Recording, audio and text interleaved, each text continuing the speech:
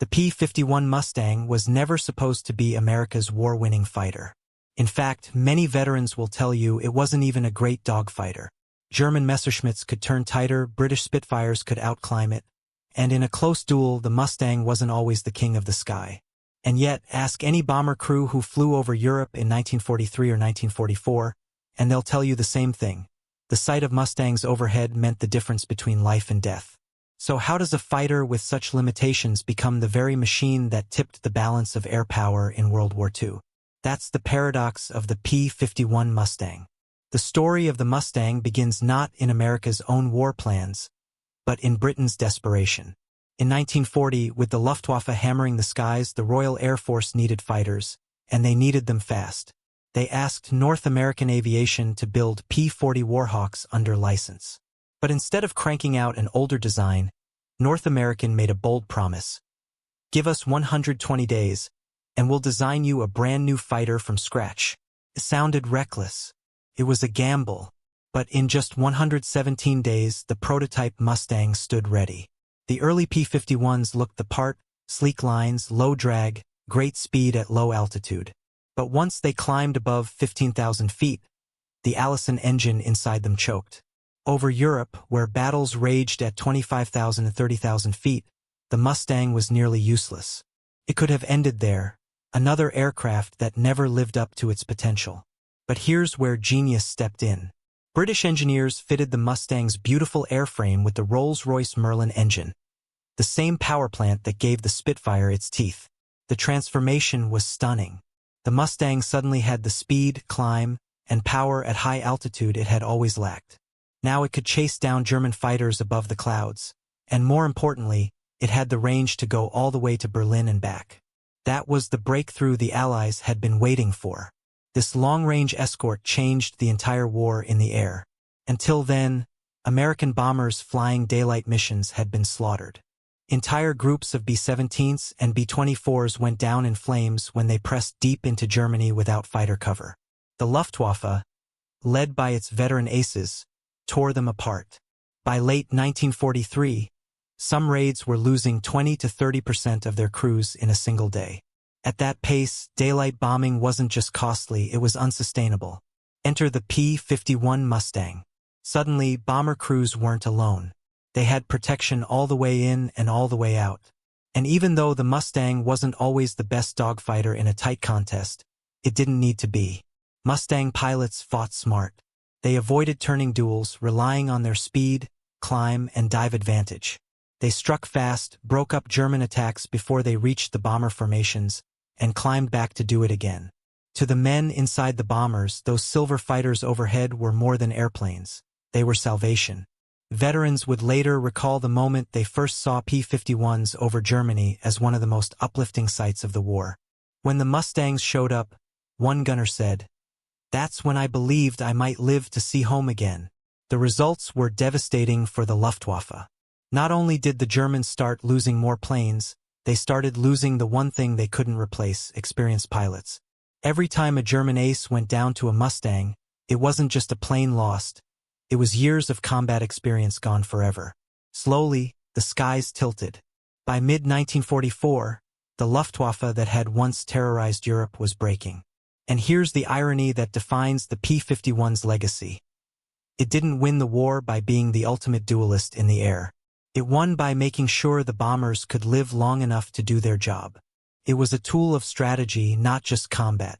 America's bet on daylight bombing, the destruction of German factories, oil plants, and transport lines, would have failed without a long-range escort fighter. The Mustang provided that escort, and by doing so, it changed the course of the air war. Still, the pilots who flew the Mustang never forgot its limits. They knew better than to try and outturn a Messerschmitt or Spitfire. One pilot put it bluntly, "If you're turning with a German fighter, you're already halfway dead." Instead, they relied on discipline, teamwork, and the aircraft's strengths. That discipline, paired with the Mustang's range, was what broke the Luftwaffe's back. By the end of the war, P-51s had claimed nearly 5,000 enemy aircraft. But the number that mattered most wasn't the tally of kills. It was the bomber crews that made it home because Mustangs were there to protect them. For those men, The Mustang wasn't just another machine. It was a guardian angel in aluminum skin. So yes, the P-51 Mustang wasn't the greatest dogfighter. Could lose a turning fight. It had quirks, maintenance headaches, and unforgiving handling at times. But it was the right fighter in the right moment for the right mission. That's why it earned its place in history, not as the king of duels, but as the savior of the skies. And this is just the start. Because the Mustang's success wasn't just about design or tactics, it was about strategy, timing, and the way America waged total war. In the next part, we'll dig into the U.S. doctrine of daylight bombing, and why the Mustang was the missing piece that made the strategy work. When America entered World War II, its generals carried a bold belief that set them apart from the rest of the Allies. They were convinced that precision daylight bombing could cripple an enemy's ability to wage war. Unlike Britain, which had shifted to night bombing after suffering unsustainable losses during the Blitz, the U.S. Army Air Forces insisted that heavily armed bombers could fly in tight formations, fight their way to the target, and destroy German industry with accuracy. On paper, the theory looked convincing. The B-17 Flying Fortress carried 13.50 caliber machine guns and was nicknamed the Flying Porcupine. The B-24 Liberator could carry heavier loads at greater speed. The idea was simple. Put enough of these bombers in the air, and they would protect each other in formation while pounding Germany into submission. But theory met reality in the skies over Europe. By late 1942 and 1943, when the U.S. 8th Air Force began sending bombers deep into occupied territory, the results were devastating not for Germany, but for the Americans. The Luftwaffe was waiting. German radar picked up the incoming formations, and waves of fighters tore into them long before they reached their targets. Bf-109s and FW-190s slashed through the bomber boxes, breaking them apart, while flak batteries filled the skies with black bursts of shrapnel. Each raid became a massacre. Loss rates often ran at 20%, sometimes higher.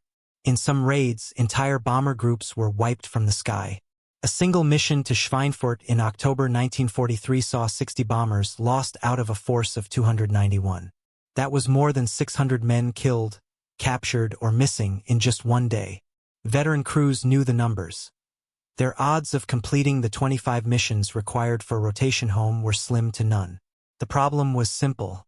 Bombers alone couldn't defend themselves against determined German interceptors.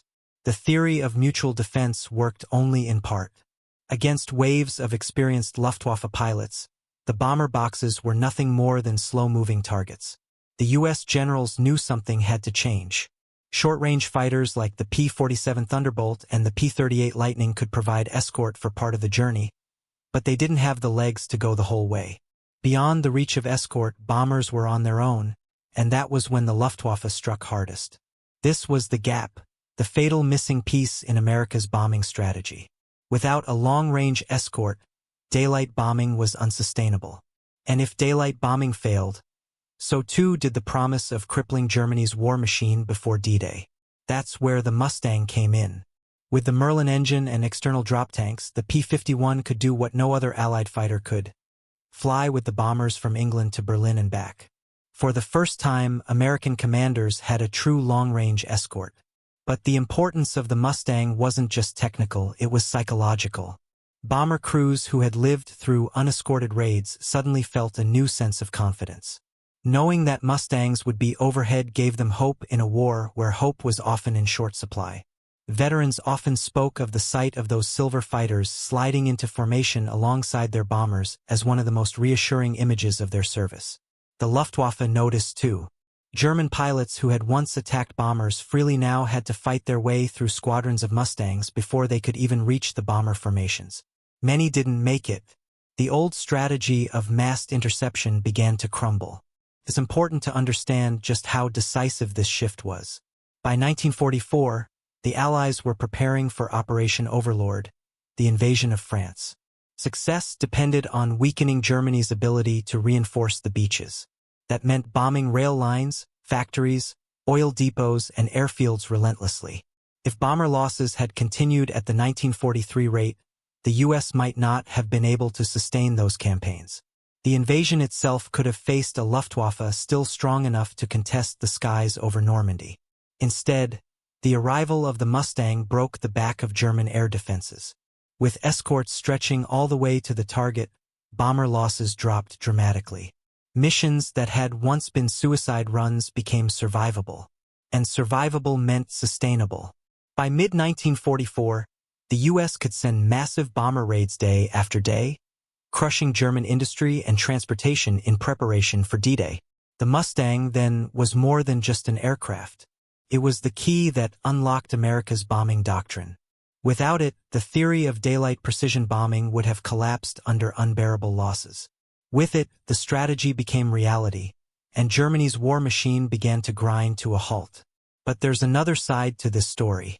The Mustang's effectiveness wasn't just about defending bombers. It was about going on the offensive. With the range to penetrate deep into enemy territory, Mustang squadrons weren't content with flying close escort.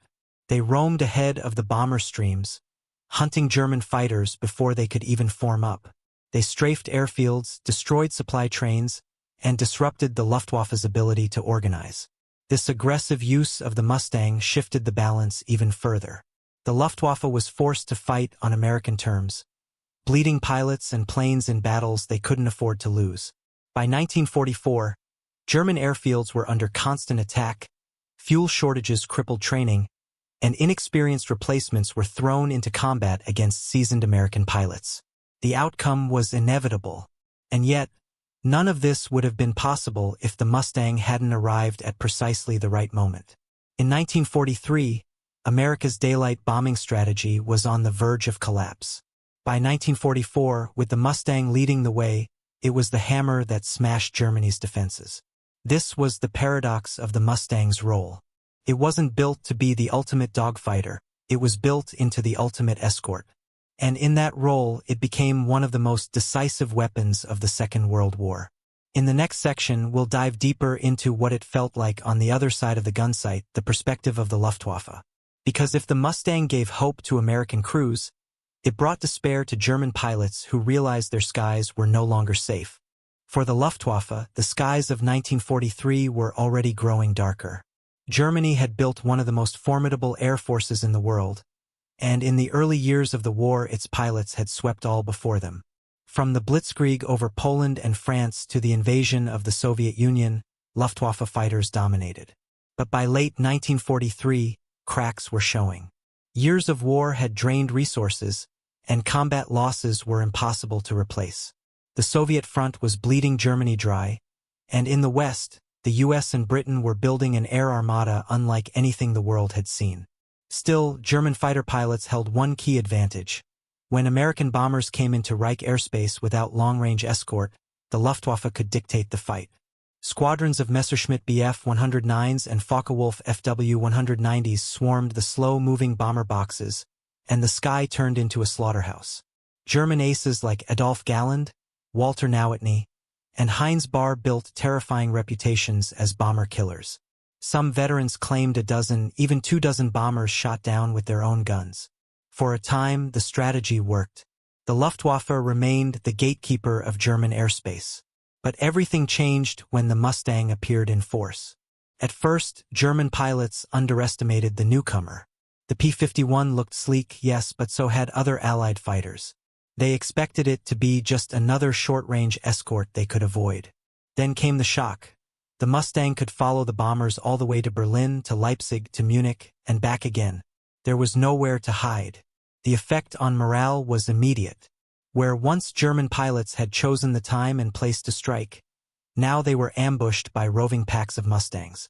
Veteran Luftwaffe ace Johannes Steinhoff later admitted that the arrival of the P-51 was a turning point. We no longer controlled the air. They did. The Mustang wasn't just a fighter, it was a predator. Its high-altitude performance with the Merlin engine meant it could meet German interceptors on equal terms. Its speed gave it the initiative, and its range allowed it to hunt deep into German territory, even beyond the bombers it was supposed to protect. Luftwaffe units began suffering losses at a pace they couldn't sustain. The Mustang pilots didn't just guard the bombers, they went looking for kills. They struck German airfields, catching fighters as they took off or landed. They strafed trains carrying fuel and supplies. They destroyed aircraft factories that were already struggling to keep up with demand. Every German fighter shot down was more than just a machine, it was a trained pilot lost. And by 1944, that was the real crisis. Germany simply couldn't train replacements fast enough. Inexperienced young men with barely a few hours of flight time were being thrown into cockpits against Mustang veterans with dozens of combat missions under their belts. The results were predictable and brutal. Luftwaffe legends who had once ruled the skies found themselves overwhelmed. Erich Hartmann, the top ace of all time with more than 350 victories, admitted that by 1944, you could hardly take off without being attacked by Mustangs. Others, like Galland, clashed with German leadership, insisting that the situation was hopeless unless new aircraft like the Me-262 jet were prioritized. But politics and Hitler's interference stalled any real solution. Meanwhile, the Mustangs kept coming. Day after day, squadrons of silver fighters poured into German skies, escorting wave after wave of bombers. For every German ace who scored another kill, 2 or 3 of his comrades failed to return. The statistics tell the story. In early 1944, Luftwaffe fighter strength was still formidable, but by mid-year, after the relentless Mustang-led campaign, Germany's fighter arm was shattered. Losses reached catastrophic levels. By the time of D-Day in June 1944, the Luftwaffe could put barely 300 fighters into the air against thousands of Allied planes. It was a collapse that no one could have imagined just a year earlier. For German civilians, the change was just as clear. Where once the sirens signaled bombers that sometimes failed to reach their targets, now the bombing campaigns hit with precision and frequency. Factories were smashed, oil supplies strangled, and transport networks crippled. Without fuel, the Luftwaffe couldn't even fly its remaining aircraft. The Mustang became the symbol of Allied air dominance. To the men in German cockpits, it was a nightmare, a shadow that followed them from takeoff to landing. To the bomber crews it protected, it was salvation. One Luftwaffe veteran described the feeling bluntly. When the P-51 arrived, the war in the air was lost. This was the turning point. Air superiority wasn't just about protecting bombers, it was about shaping the entire war. With the Luftwaffe broken, D-Day became possible. With Mustangs overhead, Allied troops landing in Normandy didn't face waves of German fighters. Instead, the Luftwaffe was absent, grounded, defeated before the first soldier set foot on the beaches. The collapse of the Luftwaffe wasn't immediate, and German pilots fought with skill and courage until the very end. But it was a losing battle. The Mustang had tilted the balance too far. By late 1944, even the most elite German squadrons were shadows of their former selves. The war in the air was no longer a contest, it was a one-sided hunt. And at the center of it all was the P-51 Mustang, the aircraft that had turned the hunter into the hunted. By early 1944, the skies over Europe had been transformed. Where once the Luftwaffe dictated the tempo of combat, now the Allies held the initiative. At the heart of this transformation stood the P-51 Mustang. It wasn't just another fighter, it was the enabler of a new strategy. The systematic destruction of Germany's ability to make war. The key lay in the combined bomber offensive, a campaign planned by the Allies to break Germany from the inside.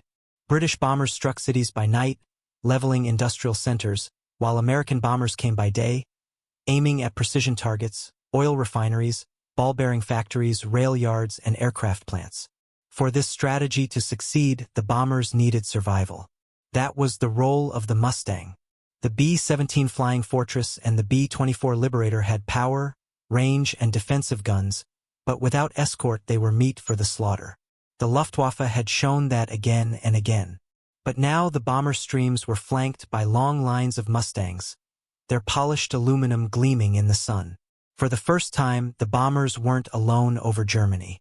In February 1944, this new power was put to the test in Big Week.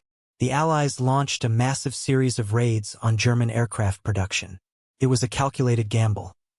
Send the bombers deep into Germany, force the Luftwaffe into combat, and let the Mustangs do their work.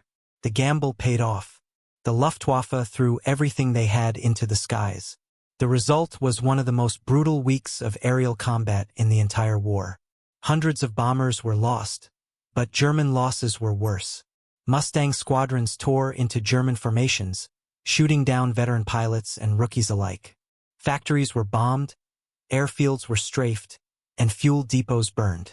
By the end of Big Week, the Luftwaffe had lost irreplaceable men and machines.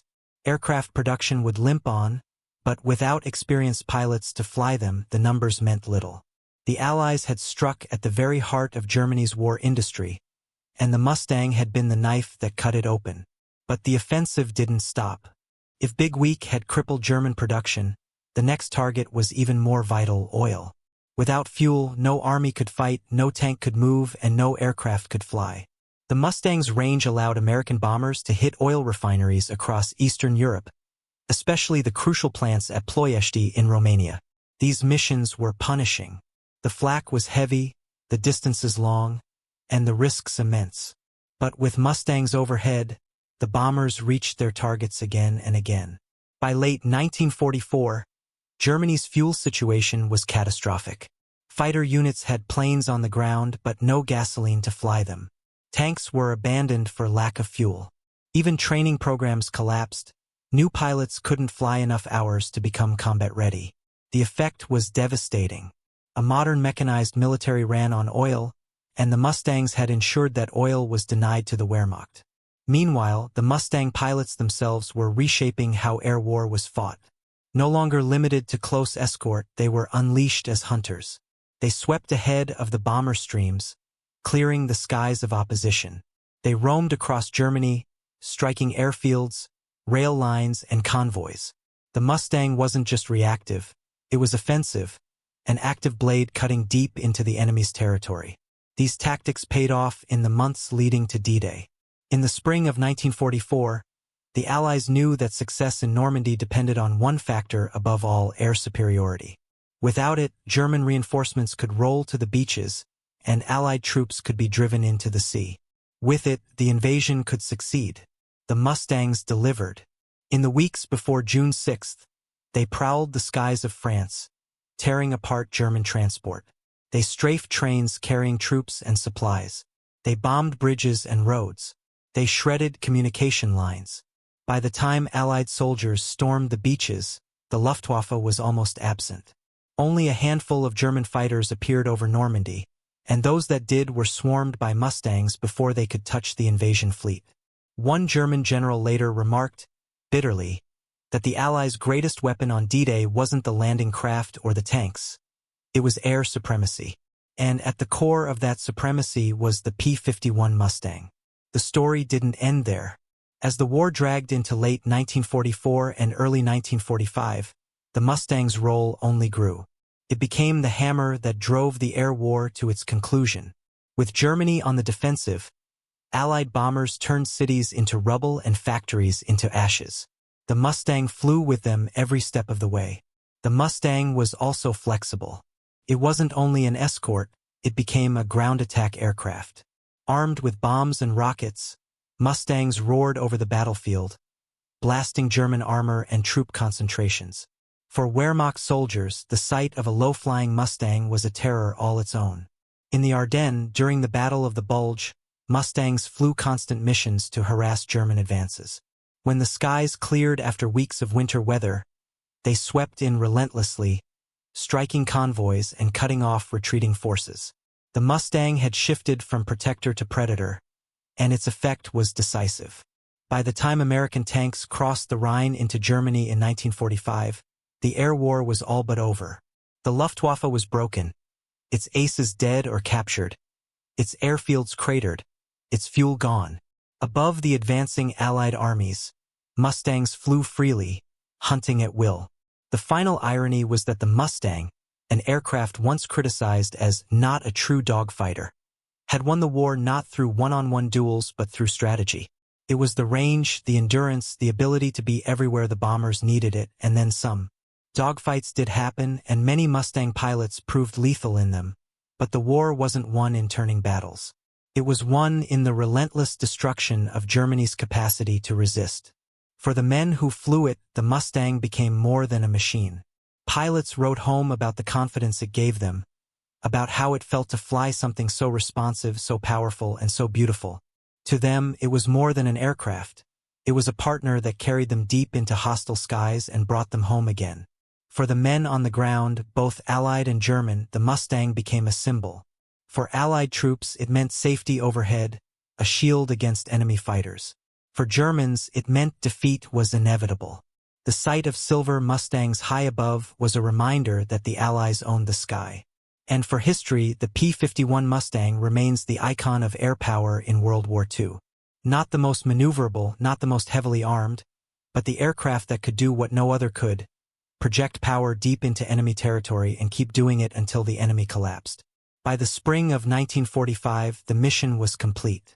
Germany's war machine was in ruins, its skies ruled by Mustangs, its armies battered on every front. The stage was set for final victory. By the spring of 1945, the skies over Europe told the story more clearly than any battlefield report could. Once, German fighters had prowled overhead with near impunity. Now, the air was filled with the steady hum of American bombers, their formations stretching for miles, each of them guarded by sleek, silver P-51 Mustangs. The Reich cities lay in ruins, its factories shattered, and its oil supply strangled. The Luftwaffe, once the most feared air force in the world, was a shadow of its former self. And at the very center of this transformation was the Mustang.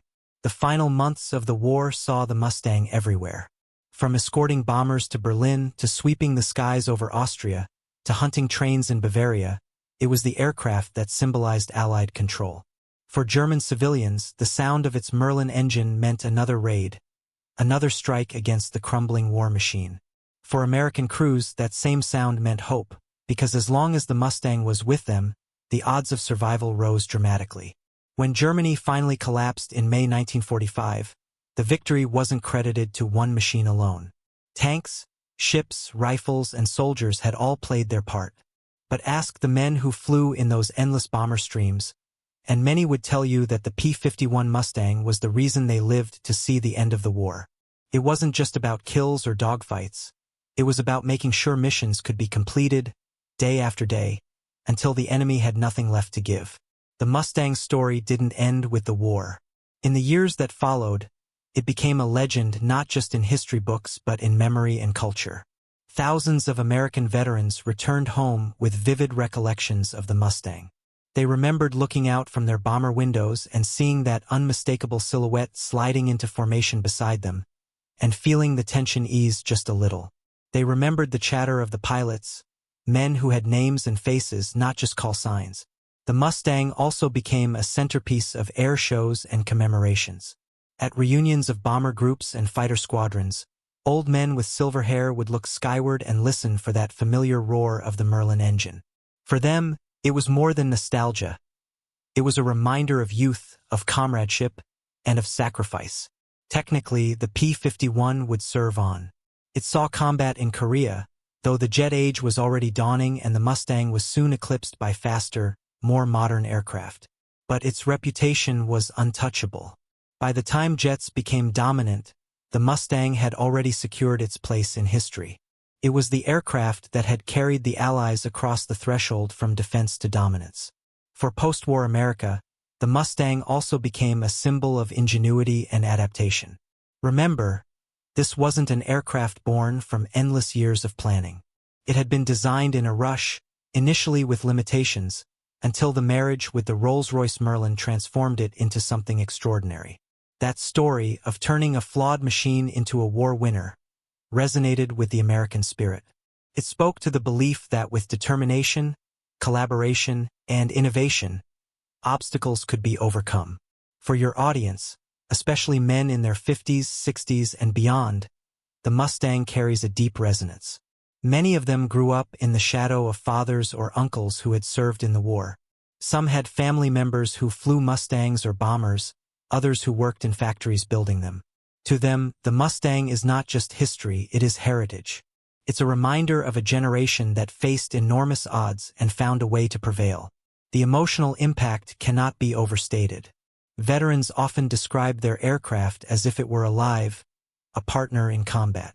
And the Mustang, with its smooth handling and beautiful lines, inspired a particular affection. Pilots didn't just respect it, they loved it. Decades later, when you hear them interviewed, their voices still change when they speak of their Mustang. You can hear the pride, the awe, and sometimes even the tears. This is why the Mustang endures in museums, in airfields, in carefully restored collections. Every time a P-51 takes off at an airshow, the crowd falls silent, and when that engine roars, applause breaks out. Not because people are watching just another vintage plane, but because they are witnessing a symbol of victory. Critics sometimes point out that the Mustang wasn't the most agile dogfighter, that it had weaknesses in turning battles against certain German aircraft. And that is true. But history isn't decided by duels in the clouds alone. The Mustang's brilliance lay in its strategic value. It extended the arm of Allied bombers across the heart of Europe. It strangled German industry, starved their fuel, and broke their will. It turned the skies from a contested space into an Allied domain. And that, more than any turning contest, is how wars are won. For Germany, the Mustang became a ghost that haunted every mission. For the Allies, it was the silver guardian that guided them home. For the men of that generation, it was the aircraft that defined the war. And today, nearly 80 years later, its legacy still flies. Not in combat, but in memory, in history, and in the stories passed down from fathers to sons, from grandfathers to grandkids. The P-51 Mustang remains the fighter that should have been a footnote, but became a headline. It wasn't the best dogfighter, but it was the war winner. And when you listen to that engine today, when you see one sweep low across the horizon at a veterans event, you understand something simple but profound. The Mustang wasn't just a machine. It was freedom with wings.